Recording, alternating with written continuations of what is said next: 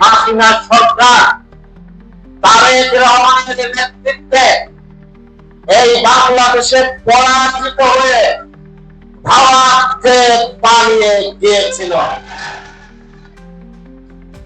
বন্ধুরা,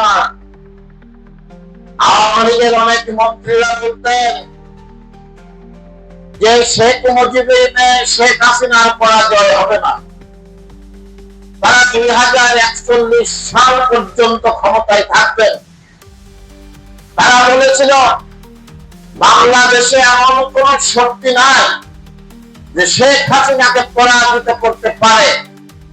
আর কি বলেছিল যে তারেক রহমান লন্ডনের টেমস নদীর ধারে বসে এই হাসিনাকে পরাজিত করতে পারবে না।